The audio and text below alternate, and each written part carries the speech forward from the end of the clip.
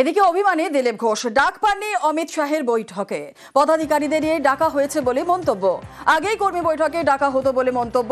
তিনি কারোর সঙ্গে দূরত্ব তৈরি করেননি বলে মন্তব্য দিলীপ ঘোষের। কর্মীদের বৈঠক আছে, একটা স্তর নিশ্চিত থাকে। আমি জানি না তাদের ডাকা হয়েছে, কতজনকে ডাকা হচ্ছে। আমাকে যখন দরকার হবে ডাকা হবে। আমি পার্টির মধ্যে পার্টির কাজের সঙ্গেই আছি।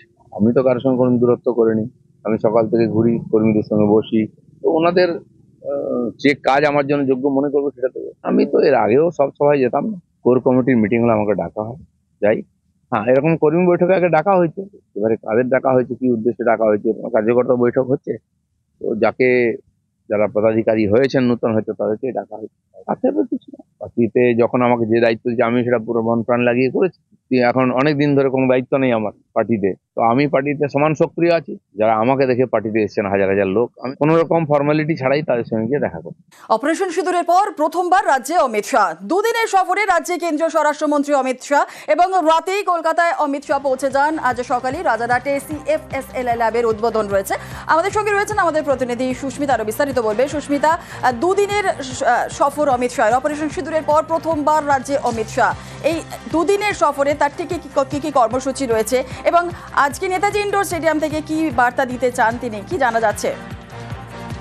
দেখো, দুদিনের সফরে ইতিমধ্যেই গতকাল রাতে রাজ্যে পৌঁছেছেন কেন্দ্রীয় স্বরাষ্ট্রমন্ত্রী অমিত শাহ। বাইপাসের ধারে হোটেলে রয়েছেন তিনি এই মুহূর্তে। আজ সকাল 11টা 15 নাগাদ রাজারহাটে CFSL এর অনুষ্ঠানে যোগদান করবেন তিনি, সরকারি অনুষ্ঠান। তার পরবর্তী সময় তিনি আবারও বাইপাসের ধারে 5 তারা হোটেলে ফিরে আসবেন এবং সেখান থেকেই বেলা 2টো নাগাদ তিনি চলে আসবেন নেতাজি ইন্ডোর স্টেডিয়ামে। সেখানে রয়েছে একটি সাংগঠনিক জনসভা, যা অত্যন্ত গুরুত্বপূর্ণ। সাম্প্রতিক কালে এ ধরনের জনসভা নেতাজি ইন্ডোরের মতো জায়গায় বিজেপি এর আগে সেই অর্থে করেনি, যেখানে জেলা সভাপতি, জেলা পদাধিকারী, মন্ডল সভাপতি, মন্ডল পদাধিকারী, সাংসদ, বিধায়ক, রাজ্য কমিটির সদস্যদের, মোর্চার সভাপতিদের ইতিমধ্যেই ডাকা হয়েছে এবং সেখানে মূলত ইতিমধ্যে আমরা জানি সদস্য সংগ্রহের যে টার্গেট, সেই টার্গেট পূরণ হয়নি। সাংগঠনিক নির্বাচনও 100% শেষ করতে পারেনি বিজেপি। যাবতীয় চ্যালেঞ্জের মোকাবিলা করতে রাজ্য বিজেপির কর্মীদের ঝাঁপিয়ে পড়তে কি ধরনের ভোকাল টনিক প্রয়োজন, তা এই মঞ্চ থেকেই আজ দিতে পারেন স্বরাষ্ট্রমন্ত্রী অমিত শাহ। এছাড়াও সাংগঠনিক দুর্বলতা থেকে আরম্ভ করে উত্তরবঙ্গে উপনির্বাচনে হার, দলের প্রাক্তন সাংসদ দিলীপ ঘোষকে নিয়ে ইতিমধ্যে একাধিক জল্পনা হয়েছে, একাধিক প্রশ্ন উঠেছে। বিধায়কদের তৃণমূলে যোগদানের জল্পনা রয়েছে, তার মধ্যেই চরম অস্বস্তিতে পড়তে হচ্ছে রাজ্য বিজেপিকে এবং এর মধ্যে একাধিক প্রশ্ন উঠছে, কেন এখনো পর্যন্ত রাজ্য সভাপতি নির্বাচন সম্পন্ন হলো না, রাজ্য সভাপতির নাম কবে ঘোষণা হবে সে নিয়েও উঠছে প্রশ্ন। সব মিলিয়ে সব প্রশ্নের উত্তরে আগামী 26-এর নির্বাচনে কোন কোন ইস্যুতে তৃণমূলের বিরুদ্ধে খড়গহস্ত হতে পারে বিজেপি কর্মী সমর্থকরা এবং তাদেরকে কি ধরনের রণকৌশলে অবলম্বন করতে হবে, সেই সমস্ত পন্থায় আজ বাছে দিতে পারেন এই সাংগঠনিক জনসভা থেকে। অনেক ধন্যবাদ সুস্মিতা। দেখুন, মন্ডল সভাপতিরা হচ্ছে বা মন্ডলের পদাধিকারীরা হচ্ছে আমাদের পার্টির সেই ইউনিট যারা জমিনি স্তরে বা মাটিতে কাজ করে।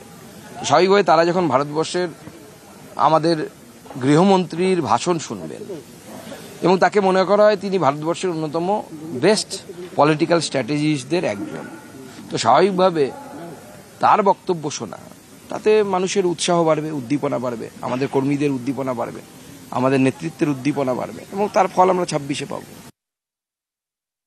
এই যে বিজেপি অপারেশন সিন্দুরের সঙ্গে অপারেশন বাংলা শব্দবন্ধ তৈরি করে মেলাচ্ছে, এটা কিন্তু বাংলার প্রতি অপমান। নরেন্দ্র মোদী এবং অমিত শাহের এই ঘন ঘন যাতায়াত, এরা মূলত ভোট পাখি, এরা মূলত রাজনৈতিক পর্যটক পরিযায়ী, এরা ভোটের মরশুমে ডেইলি প্যাসেঞ্জারি করে, এরা বাংলার বকেয়া টাকা দেয় না, এরা 100 দিনের কাজের টাকা দেয় না, মমতা ব্যানার্জিকে দিয়ে দিতে হয়।